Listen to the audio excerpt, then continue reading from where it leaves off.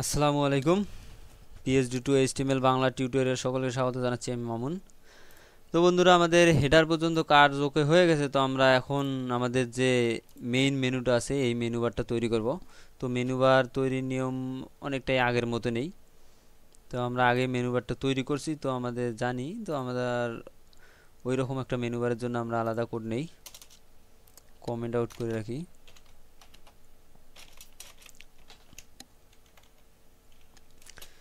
এসটিআরডি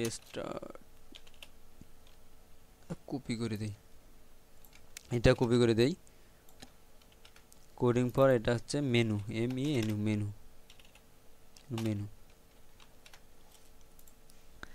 তো আমাদের এখানে একটা ডিভ নেই, ক্লাস মেইন, মেনু নামেই দেই। তো আমাদের একটা মেনু, যে কোনো নামে ক্লাস দিতে পারি। Flute, FLUD, flute. ফ্লুট ব্যবহার করতেছি 100% দেওয়ার জন্য, আমরা যে কোনো নামে দেওয়ার জন্য যে কোনো নাম ব্যবহার করতে পারেন। Depp class menu, MENU, menu. এখানে আনঅর্ডার লিস্ট, লাইন, লাইনের মাঝে লিঙ্ক। এখানে এইচরেফের মাঝে আমরা আপাতত হ্যাশ দেই। এখানে আমরা টেক্সটগুলো কপি করব। তো আমাদের এখানে কি কি দেওয়া আছে, তো আমরা কপি করে দিই এখান থেকে।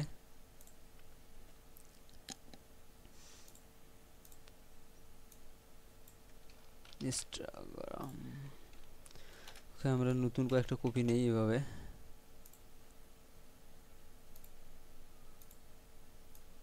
টেকনোলজি, সমস্যা দেখাচ্ছে, এগুলো লিখি ছোট হাতে দেখছে। INSIPRATION, inspiration. TECHNOLOGY, technology. তারপরে হচ্ছে আছে FREEBIES,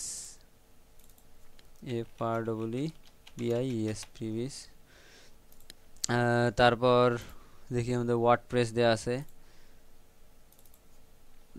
WORDPRESS, ওয়ার্ডপ্রেস। তারপর আমরা কয়েকটা নিই নতুন। এবং তারপর দেওয়া আছে আমাদের টিউটোরিয়ালস,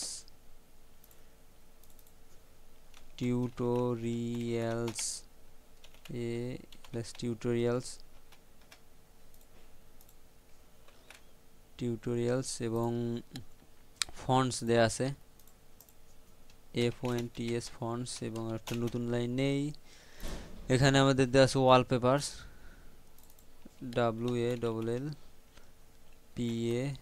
WALLPAPRS, ওয়ালপেপারস। তো ওকে, আমাদের মেনুর দেখি আসছে কিনা। ওকে, আসছে। তো আমরা এগুলোর জন্য কোনো CSS লিখিনি, তো CSS লিখলেই আমাদের মেনুগুলো তৈরি হবে। তো আমরা CSS এখানে লেখা শুরু করতে পারি। তো আমরা এখানে নতুন কমেন্ট আউট করি, কপি করি উপরে। Start coding for menu, just menu. প্রথমে হবে মেনু ফ্লুড, মেনু ফ্লুড। এটা ওয়াইড হবে 100%, 100%। তার ব্যাকগ্রাউন্ড ইমেজ দিই আমরা, URL।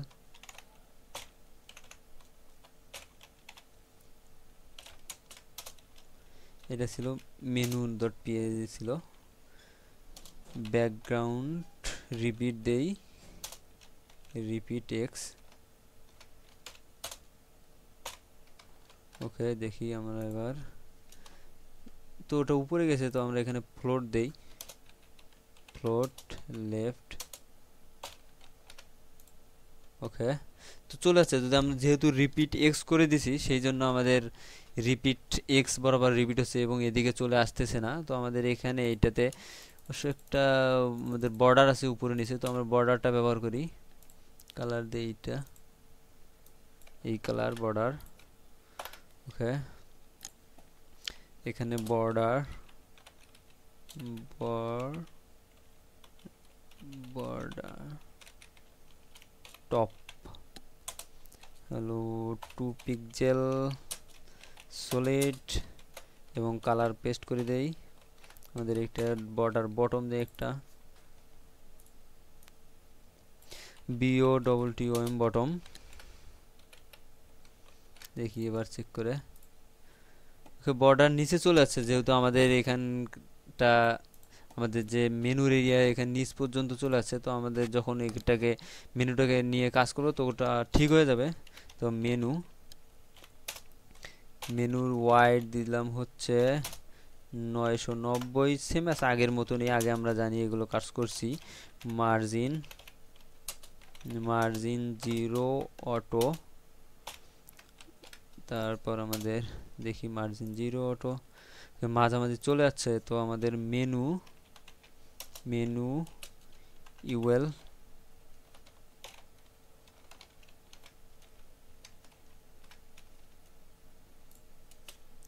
লাইন এ, তো আমি এখানে ডিসপ্লে ব্লক করে দিই, ডিসপ্লে ইনলাইন ব্লক।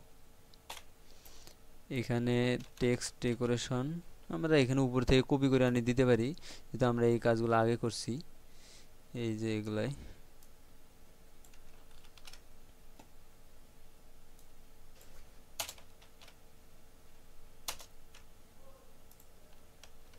এখানে কালার আমাদের দেখতে হবে, কি কালার দেখি আমাদের এখানে কালার কি দেয়া আছে। কালার দেয়া আছে সাদা, কালার FF দেই। ওকে, আমাদের মেনু মোটামুটি হয়ে গেছে। তো আমাদের আরো কিছু কাজ আছে, সেগুলো কাজগুলো আমরা এখানেই করি। এখানে ফন্ট ওয়েট বোল্ড করে দেই। ওকে, ফন্ট ওয়েট বোল্ড হয়ে গেছে। তো আমাদের মনে হচ্ছে বর্ডার বটমটা কাজ করেনি, দেখি border bottom BOTTOM bottom 2 pixel solid.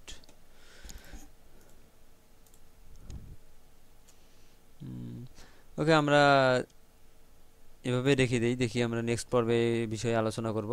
তো আজ এ পর্যন্তই, ধন্যবাদ।